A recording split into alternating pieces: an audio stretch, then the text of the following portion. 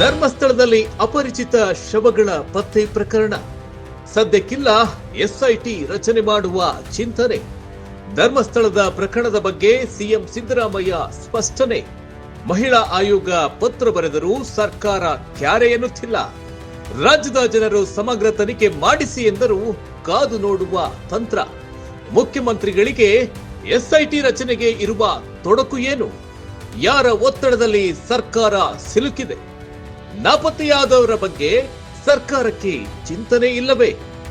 ನಾನೇ ಲೆಕ್ಕವಿಲ್ಲದಷ್ಟು ಎಣಗಳನ್ನ ಊತಿದ್ದೇನೆ ಎಂದರೂ ಕ್ರಮವಿಲ್ಲ. ಊತಿರುವ ಜಾಗವನ್ನ ತೋರಿಸುತ್ತೇನೆ ಎಂದರೂ ಬರುವವರು ಇಲ್ಲ. ರಾಜ್ಯದ ಜನರ ತಲೆ ಒಕ್ಕಿವೆ ನೂರಾರು ಚಿಂತೆಗಳು, ಅನುಮಾನಗಳು. ದುಡ್ಡಿದ್ದವರು, ಅಧಿಕಾರ ಇದ್ದವರು ಏನು ಬೇಕಾದರೂ ಮಾಡಬಹುದೇ? ದುಡ್ಡಿದ್ದವರಿಗೆ ರಕ್ಷಣೆ ಕೊಟ್ಟರೆ ನಿರಪರಾಧಿಗಳು, ಅಮಾಯಕರು ಬದುಕುವುದು ಹೇಗೆ? ಸರ್ಕಾರ ಜನರ ರಕ್ಷಣೆ ಮಾಡುವುದಿಲ್ಲವೇ? ಬರೀ ಮಾತಲ್ಲೇ ಇಂದ್ರ ಚಂದ್ರನನ್ನ ತೋರಿಸುವುದೇ? ಸರ್ಕಾರವೇ ಮೌನ ವಹಿಸಿದರೆ ಮುಂದೆ ಜನರ ಪಾಡೇನು? ಧರ್ಮಸ್ಥಳದಲ್ಲಿ ನಡೆದಿರಬಹುದಾದ ಮಹಿಳೆಯರ ಮೇಲಿನ ದೌರ್ಜನ್ಯ, ಹತ್ಯೆ, ಅತ್ಯಾಚಾರ ಮತ್ತು ನಾಪತ್ತೆ ಪ್ರಕರಣಗಳ ಸಮಗ್ರ ತನಿಖೆಗಾಗಿ ವಿಶೇಷ ತನಿಖಾ ತಂಡ ಎಸ್ಐಟಿ ರಚಿಸುವಂತೆ ಕರ್ನಾಟಕ ರಾಜ್ಯ ಮಹಿಳಾ ಆಯೋಗದ ಅಧ್ಯಕ್ಷೆ ನಾಗಲಕ್ಷ್ಮಿ ಚೌಧರಿ ರವರು ಮುಖ್ಯಮಂತ್ರಿ ಸಿದ್ದರಾಮಯ್ಯ ರವರಿಗೆ ಪತ್ರ ಬರೆದು ಆಗ್ರಹವನ್ನ ಮಾಡಿದ್ರು.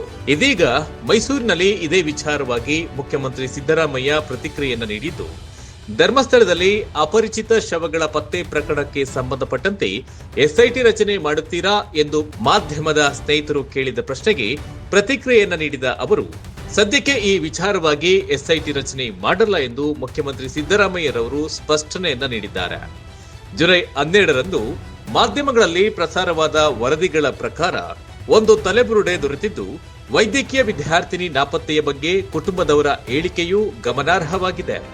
ಮಹಿಳಾ ಆಯೋಗವು ಈ ಪ್ರಕರಣವನ್ನ ಅತ್ಯಂತ ಗಂಭೀರವಾಗಿ ಪರಿಗಣಿಸಿದ್ದು, ಪೊಲೀಸ್ ಠಾಣೆಗಳು ಈ ಹಿಂದಿನ ನಾಪತ್ತೆ ಮತ್ತು ಸಾವು ಪ್ರಕರಣಗಳಿಗೆ ಸೂಕ್ತವಾಗಿ ಸ್ಪಂದಿಸಿಲ್ಲ ಎಂಬ ಗಂಭೀರ ಆರೋಪಗಳನ್ನು ಗುರುತಿಸಿದೆ. ಕಳೆದ 20 ವರ್ಷಗಳಲ್ಲಿ ಧರ್ಮಸ್ಥಳ ಮತ್ತು ಸುತ್ತಮುತ್ತಲ ಪ್ರದೇಶಗಳಲ್ಲಿ ವರದಿಯಾಗಿರುವ ನಾಪತ್ತೆಯಾದ ಮಹಿಳೆಯರು, ವಿದ್ಯಾರ್ಥಿನಿಯರು, ಅಸ್ವಾಭಾವಿಕ ಸಾವು, ಕೊಲೆ ಹಾಗೂ ಅತ್ಯಾಚಾರ ಪ್ರಕರಣಗಳ ಸಮಗ್ರ ತನಿಖೆಗಾಗಿ ಹಿರಿಯ ಪೊಲೀಸ್ ಅಧಿಕಾರಿಗಳ ನೇತೃತ್ವದಲ್ಲಿ ಎಸ್ಐಟಿ ರಚನೆಯ ಅಗತ್ಯವಿದೆ ಎಂದು ಮಹಿಳಾ ಆಯೋಗದ ಅಧ್ಯಕ್ಷೆ ನಾಗಲಕ್ಷ್ಮಿ ಚೌಧರಿ ರವರು ಮುಖ್ಯಮಂತ್ರಿಗಳಿಗೆ ಒತ್ತಾಯ ಮಾಡಿದ್ದಾರೆ. ಹಾಗೆ ಬಹಳ ಮುಖ್ಯವಾಗಿ ರಾಜ್ಯದ ಜನರಲ್ಲಿ ಕಾಡುತ್ತಿರುವ ಪ್ರಶ್ನೆಗಳು ಅವರಲ್ಲಿ ಹೊಕ್ಕಿವೆ. ದುಡ್ಡಿದ್ದವರು, ಅಧಿಕಾರ ಇದ್ದವರು ಏನು ಬೇಕಾದರೂ ಮಾಡಬಹುದೇ? ದುಡ್ಡಿದ್ದವರಿಗೆ ರಕ್ಷಣೆ ಕೊಟ್ಟರೆ ನಿರಪರಾಧಿಗಳು, ಅಮಾಯಕರು, ಬಡ ಜನತೆ ಹೇಗೆ ರಾಜ್ಯದಲ್ಲಿ ಬದುಕುವುದು? ಸರ್ಕಾರ ಜನರ ರಕ್ಷಣೆ ಮಾಡುತ್ತಾ, ಮಾಡುವುದಿಲ್ಲವಾ? ಇವರನ್ನು ನಂಬಿ ಹೇಗೆ ಬದುಕುವುದು?